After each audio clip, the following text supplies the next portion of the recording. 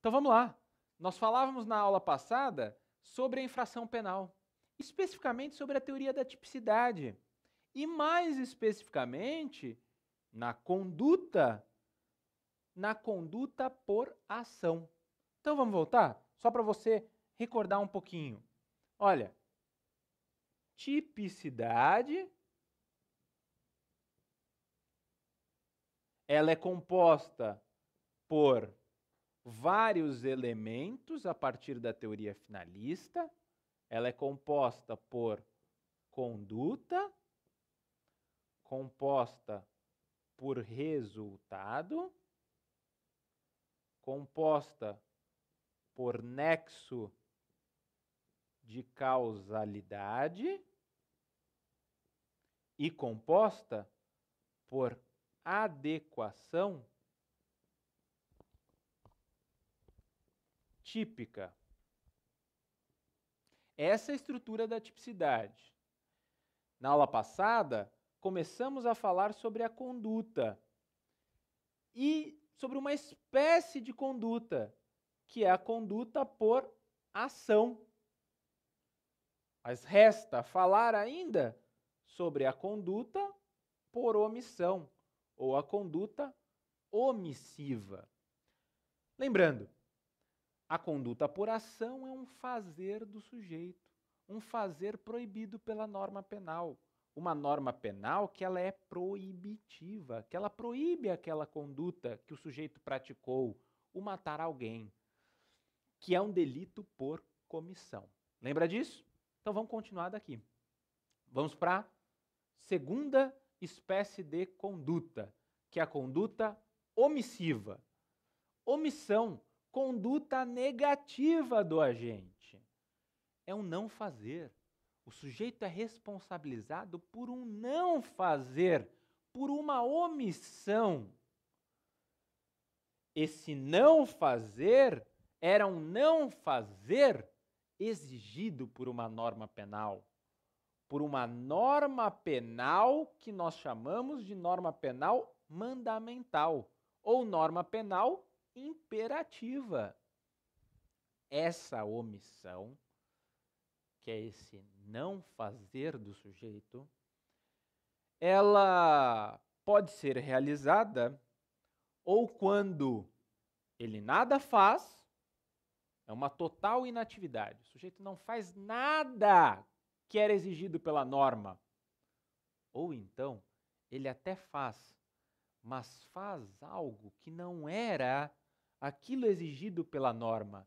Ele tem, então, uma atividade diversa daquela que era exigida pela norma. Tranquilo? Essa é uma noção geral de omissão. Vamos seguir, né? Isso é importantíssimo. Parece difícil, mas não é.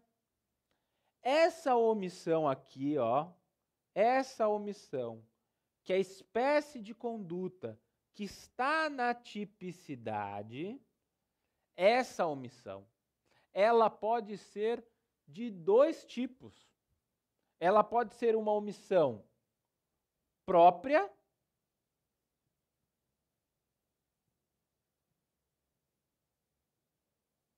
ou então uma omissão imprópria. Acompanha aqui comigo, ó. Duas espécies de omissão: própria e imprópria. O que é omissão própria? É quando o tipo penal, o próprio tipo penal, ele prevê na sua formulação uma conduta uma conduta omissiva, um não fazer. Isso daqui é omissão própria. Veja, o tipo penal está prevendo uma omissão. Exemplo, o crime de omissão de socorro. Mas existem também crimes omissivos impróprios. O que são os crimes omissivos impróprios? Não há um tipo penal específico. Esses crimes omissivos impróprios, eles, na verdade, eles derivam de um dever jurídico de agir. O artigo 13, parágrafo 2º do Código Penal, ele estabelece quando que uma omissão ela é penalmente relevante, quando que o sujeito pode ser responsabilizado por uma omissão. Veja aqui, ó.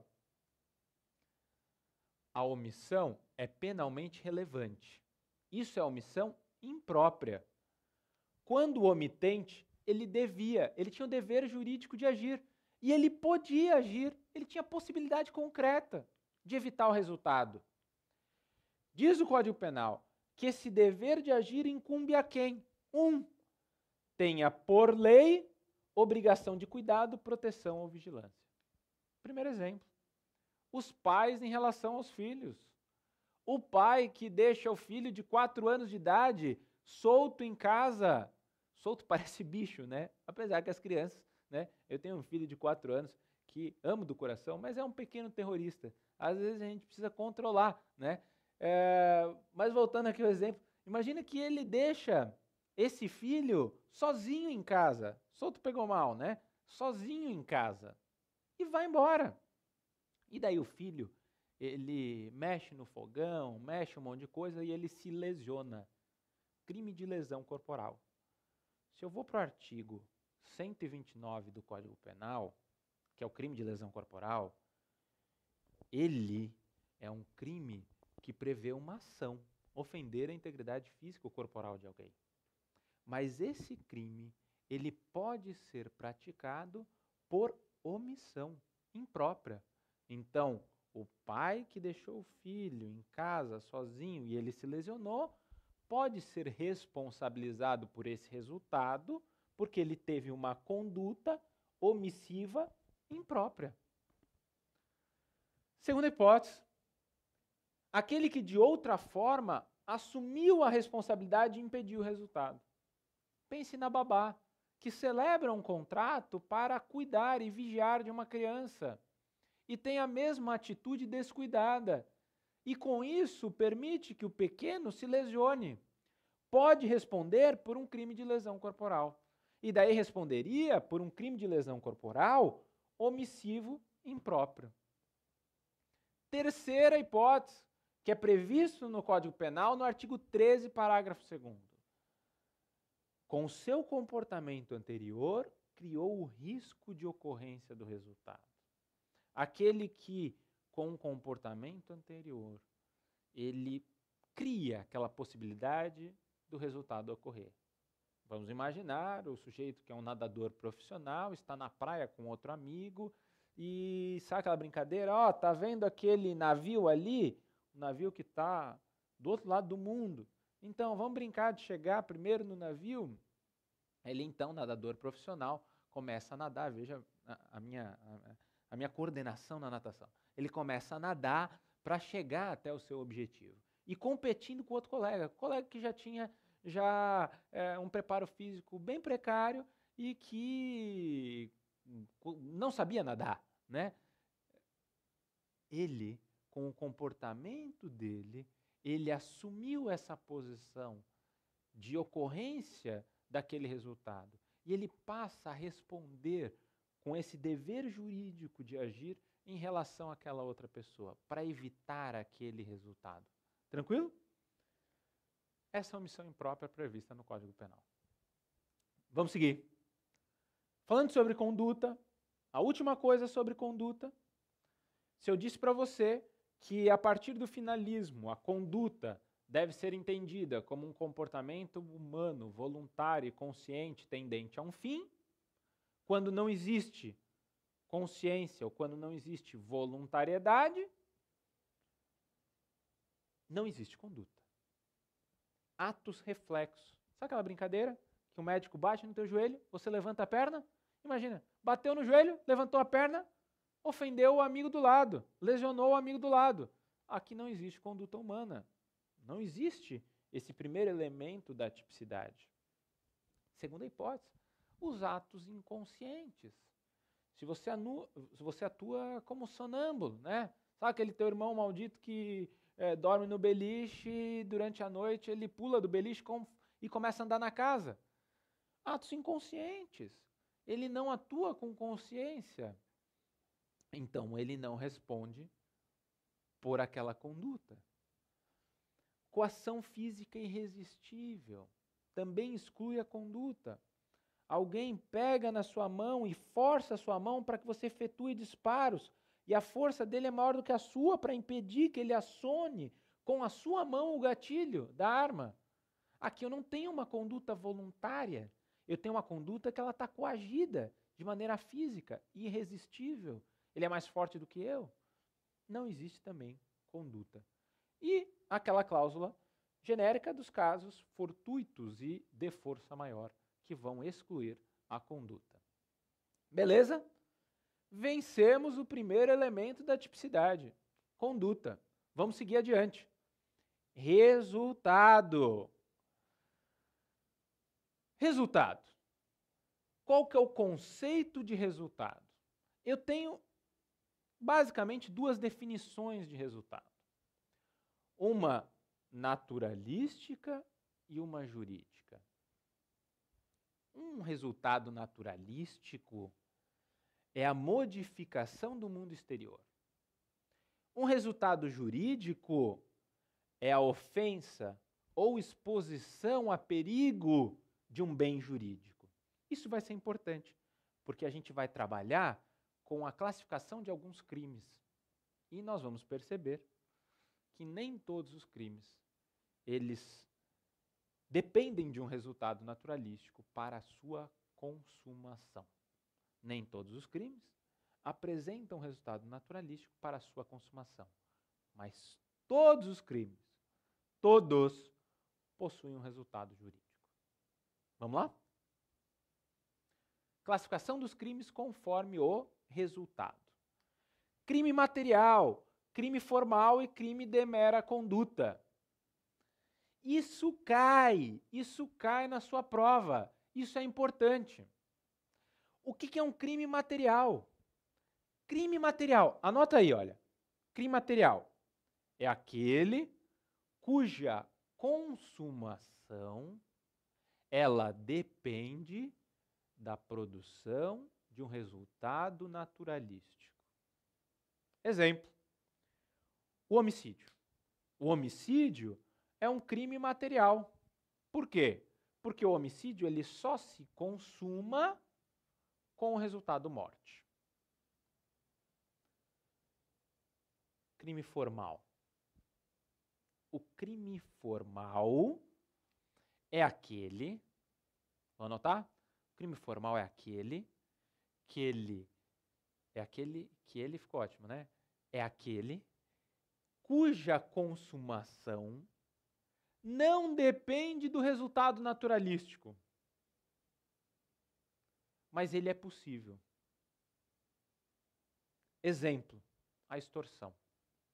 A extorsão, que é constranger alguém mediante violência ou grave ameaça, com o intuito de obter uma vantagem patrimonial indevida. A extorsão, ela se consuma no momento do constrangimento. Não depende da obtenção dessa vantagem devida. Então ela se consuma com o resultado jurídico. Não depende necessariamente do resultado naturalístico, embora ele seja possível. Beleza? Diferente é o crime de mera conduta. No crime de mera conduta, o resultado naturalístico, ele é impossível. Não existe possibilidade de resultado naturalístico. O resultado será sempre jurídico. Exemplo, a desobediência. Artigo 330 do Código Penal. Né? Veja como é importante você entender essa diferenciação quanto ao resultado jurídico e o resultado naturalístico. Isso está aqui, ó. Está aqui, cara pálida. Essas definições, elas caem sim na sua prova, tá? Vamos lá. Vencemos, então, a segunda parte, o segundo elemento da tipicidade, que é o resultado. Vamos ao terceiro, que é o nexo de causalidade. Nexo, relação. Causalidade, causa e efeito. Nexo de causalidade é uma relação entre causa e efeito. Uma relação entre conduta e resultado. Porque, veja, não basta que eu pratique uma conduta e que eu produza um resultado. Ou melhor, não basta que eu pratique uma conduta e que haja um resultado. É preciso que esse resultado ele derive da conduta. Porque se o resultado ele não deriva da minha conduta, daí não existe fato típico. É isso que a gente vai discutir aqui. Quando nós falamos em nexo de causalidade, é essa a nossa discussão. Então vamos lá. Quanto ao nexo de causalidade, eu tenho algumas teorias que disciplinam o nexo de causalidade. A primeira teoria, óbvio, mais uma vez, focando no teu concurso. Não vamos falar de tudo, vamos falar do que é importante para você. A primeira teoria é a teoria da equivalência das condições. Ou também, teoria da equivalência dos antecedentes causais. Ou também, teoria da conditio sine qua non. Teoria da conditio sine qua non. Mas é latim, professor. Sim, cai latim às vezes na sua prova. Cai dessa maneira. Se o Código Penal adotou a teoria da conditio sine qua non. Adotou sim, nós veremos onde e quando ele adota. Mas ele adotou a teoria da conditio sine qua non. No artigo 13, eu já adianto que a gente vai ver aqui para frente, tá? Essa teoria é uma teoria de causalidade simples e que ela define que causa é toda ação ou omissão humana sem a qual o resultado não teria ocorrido. Causa é a ação ou omissão humana sem a qual o resultado não teria ocorrido. Ah, qual foi a teoria adotada aqui pelo Código Penal? Foi a teoria da conditio sine qua non. A teoria da causalidade dos antecedentes. A teoria de uma causalidade simples. Veja, vem aqui comigo aqui no quadro.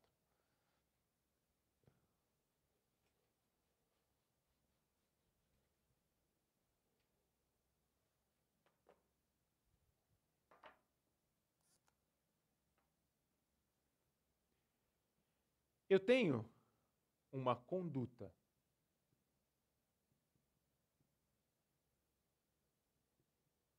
E eu tenho um resultado.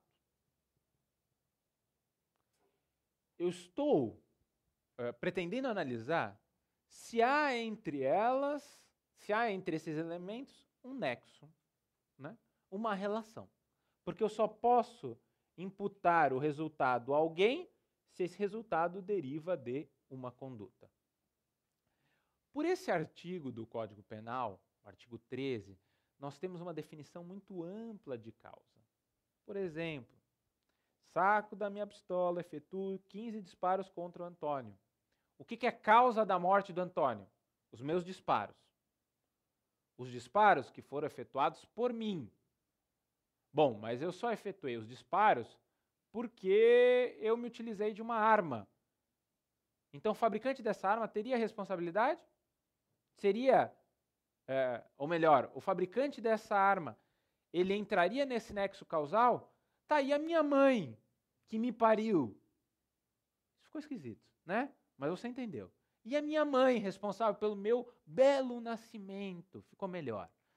Ela entra nesse quadro causal e os pais dela, e os avós dela, e assim vai.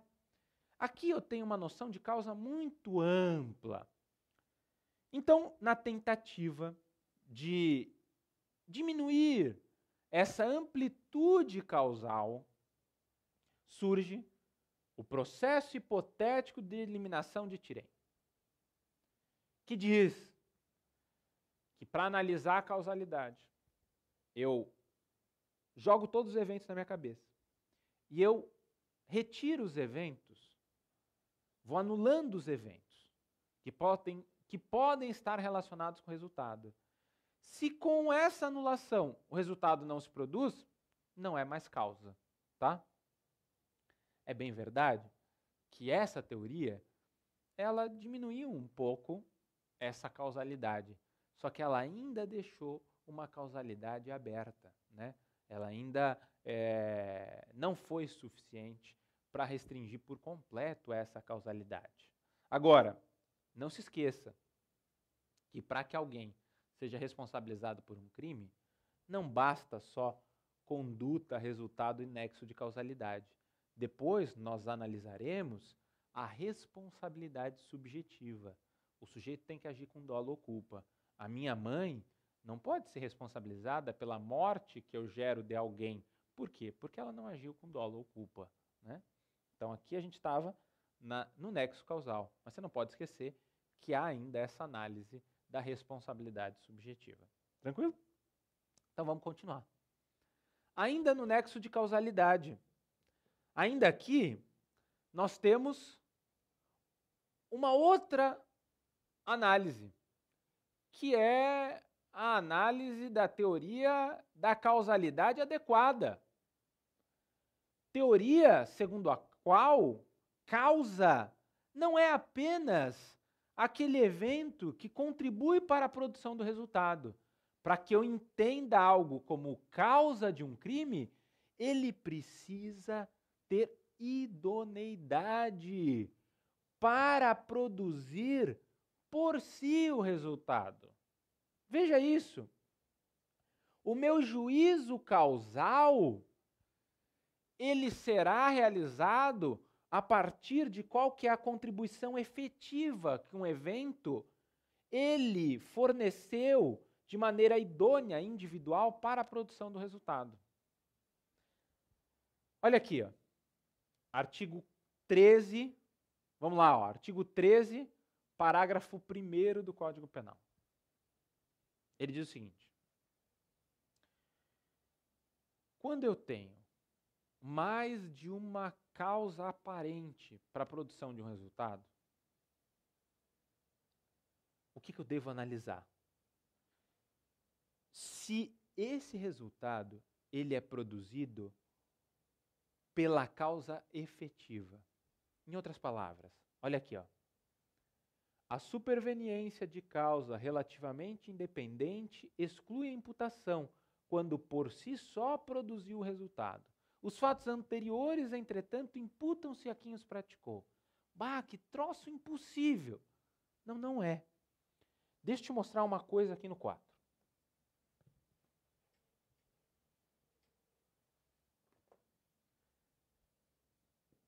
Eu posso ter vários eventos. Evento 1, evento 2, evento 3. Que todos eles têm alguma relação com o resultado. Isso daqui é a chamada hipótese de concurso de causas ou concausas, quando eu tenho mais de uma causa aparente para um crime. Como que eu soluciono isso? Eu soluciono por esse artigo 13, parágrafo 1º. Toda vez que eu tenho mais de uma causa aparente para um crime, eu tenho que analisar aquele evento que, por si só, produziu o resultado. Isso é a teoria da causalidade adequada. Aquele evento que por si só produziu o resultado. Então é ele, se é o evento 2 que por si só produziu o resultado, esse é considerado, ou este evento é considerado a causa do crime. Entendeu? Essa teoria ela é válida para análise de todas as hipóteses de concorrência de causas. Você pode encontrar isso num livro da seguinte maneira: causas absolutamente independentes,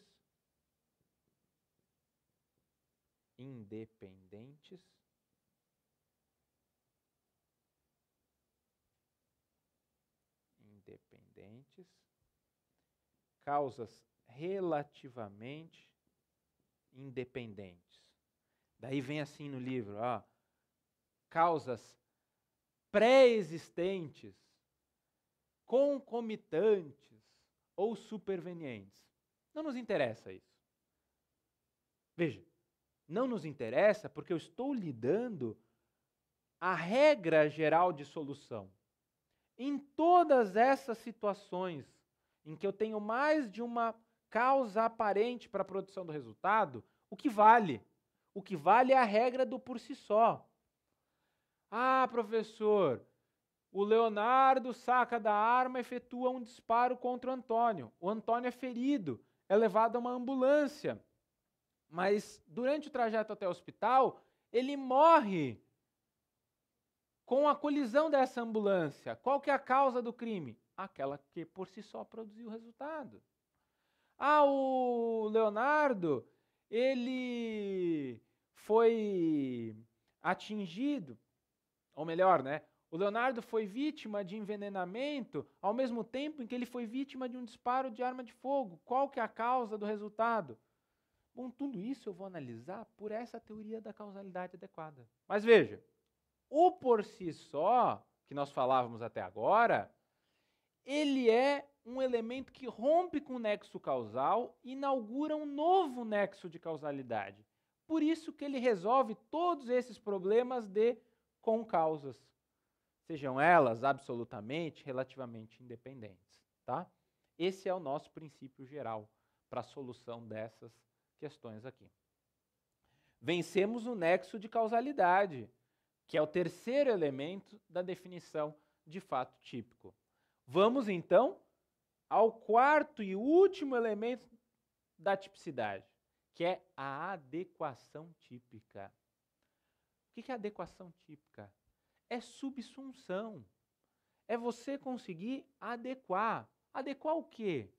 Adequar isso daqui, ó. Adequar a conduta e o resultado, havendo nexo de causalidade, a um tipo penal. É você adequar a conduta do agente e o resultado ocorrido no mundo concreto a um tipo abstrato previsto na lei. Né? Quando nós discutimos a adequação típica, ela pode se dar de duas maneiras. Adequação típica imediata ou por subordinação direta e adequação típica mediata ou por subordinação indireta. Vamos começar pela primeira. Adequação típica imediata ou por subordinação direta. O que é isso? Essa subsunção, esse encaixe do fato concreto a um tipo penal, ele se dá por um único dispositivo. Pensa no homicídio consumado, artigo 121. Matar alguém, conduta, 5 disparos de arma de fogo, resultado, morte, há entre eles nexo causal. Um único dispositivo, artigo 121, dá conta dessa subsunção. Tranquilo? Mas existe também uma segunda espécie de adequação típica, que é a adequação típica mediata, ou adequação típica por subordinação indireta. O que é isso, professor? É quando eu preciso de 2 ou mais, olha aqui, ó, 2 ou mais dispositivos legais para realizar essa adequação. Pensa no homicídio tentado. O tipo da tentativa, esse artigo aqui, ó, 14, inciso 2º, ele é uma norma que estende a tipicidade. É graças à conjugação da norma do artigo 14, inciso 2, com a norma do 121, que eu realizo essa adequação típica. Por quê? Porque o homicídio tentado, então, saco da minha arma, 1, 2, 3 disparos. A hora que eu vou dar o 4º disparo, que vai gerar a morte do sujeito, alguém me segura e me contém. Eu não consegui prosseguir na execução, eu não consegui atingir o resultado por circunstâncias alheias à minha vontade. Nessa situação, eu tenho um crime de homicídio tentado, mas ele está previsto graças à conjugação desses 2 dispositivos. Então, nós falamos que aqui há uma adequação típica indireta, ou uma adequação típica imediata. Isso acontece com o tipo da tentativa, que é o 14.2, e com a discussão sobre autoria e participação, que nós veremos mais adiante. Tá certo? Muito sucesso, bons estudos. Força, abraço!